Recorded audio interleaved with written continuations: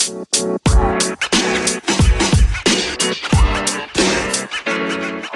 le rendez-vous du pouvoir d'achat dédié au choix du statut marital en cas de vie de couple.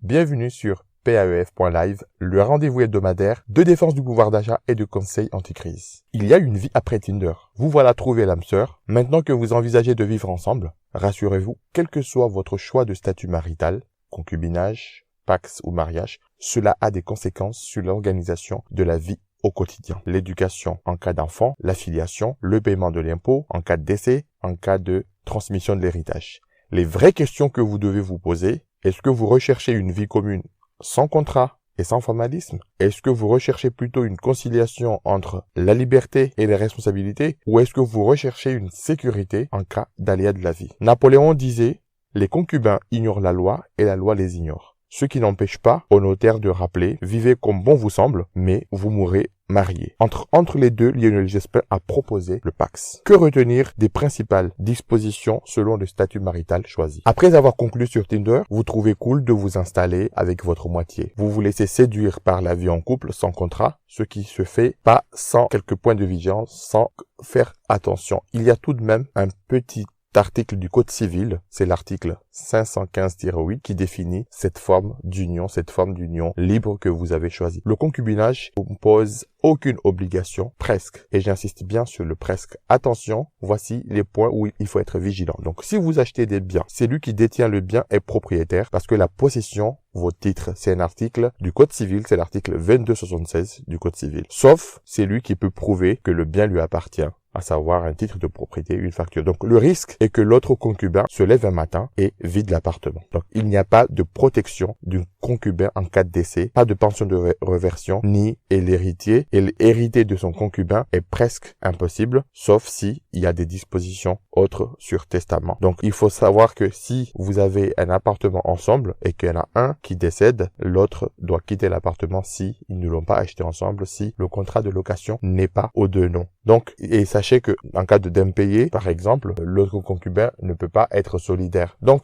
c'est des points de vigilance, mais le fait de vivre en concubinage ne vous exclut pas, par exemple, de payer l'impôt sur la fortune si vous avez un patrimoine très important. Donc, dans cette forme d'union qui est une union libre, qui est le concubinage, il y a presque pas d'obligation, à savoir que s'il n'y a presque pas d'obligation, il y a des questions qui sont tout de même tranchées par la loi. Donc voilà, soyez vigilants quand vous choisissez cette forme d'union, vous n'êtes pas totalement libre, il y a tout de même un encadrement. Alors, si vous voulez faire mentir le film L'amour dure 3 ans, vous pensez rester libre tout de même en ayant un peu de responsabilité, le Pax est fait pour vous. Attention, ce statut n'est pas pour les radins, puisqu'il y a un devoir d'assistance et de contribution aux charges du ménage en fonction des moyens de chacun. On paie ensemble les impôts aussi. On n'hérite pas, sauf si il y a un testament. Il n'y a pas de pension de réversion en cas de décès de l'autre conjoint. Si le bail n'est pas aux deux noms, l'autre partenaire peut résilier sans l'accord de l'autre. Si l'autre partenaire n'est pas sur le contrat de propriété, le prêt n'a pas été contracté ensemble pour racheter la résidence principale, dans ce cas-là, l'autre partenaire peut vendre le bien sans avoir eu besoin de l'accord de l'autre paxé. Donc, il est conseillé de faire un contrat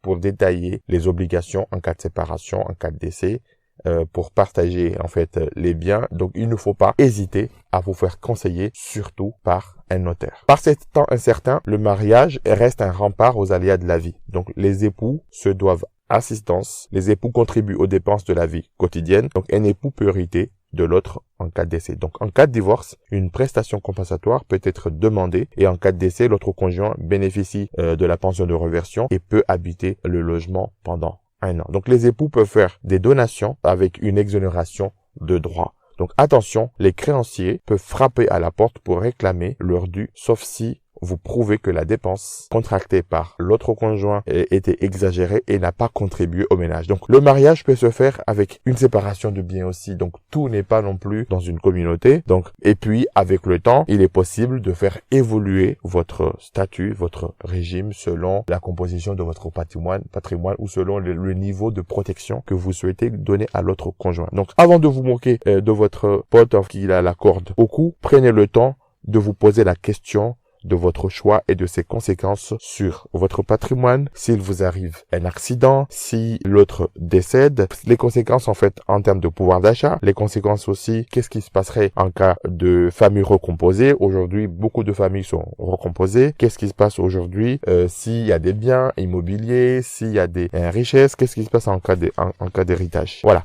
Merci d'avoir été fidèle à ce rendez-vous hebdomadaire consacré aux mesures de pouvoir d'achat. N'hésitez pas à vous abonner au podcast sur iTunes, YouTube, Amazon Music et n'oubliez pas de mettre 5 étoiles, ça m'aide beaucoup, mais ça permet aussi de faire connaître le podcast auprès de ceux qui ne l'ont pas encore découvert. À très bientôt pour d'autres épisodes dédiés sur le pouvoir d'achat, sur le patrimoine. Merci, à très bientôt.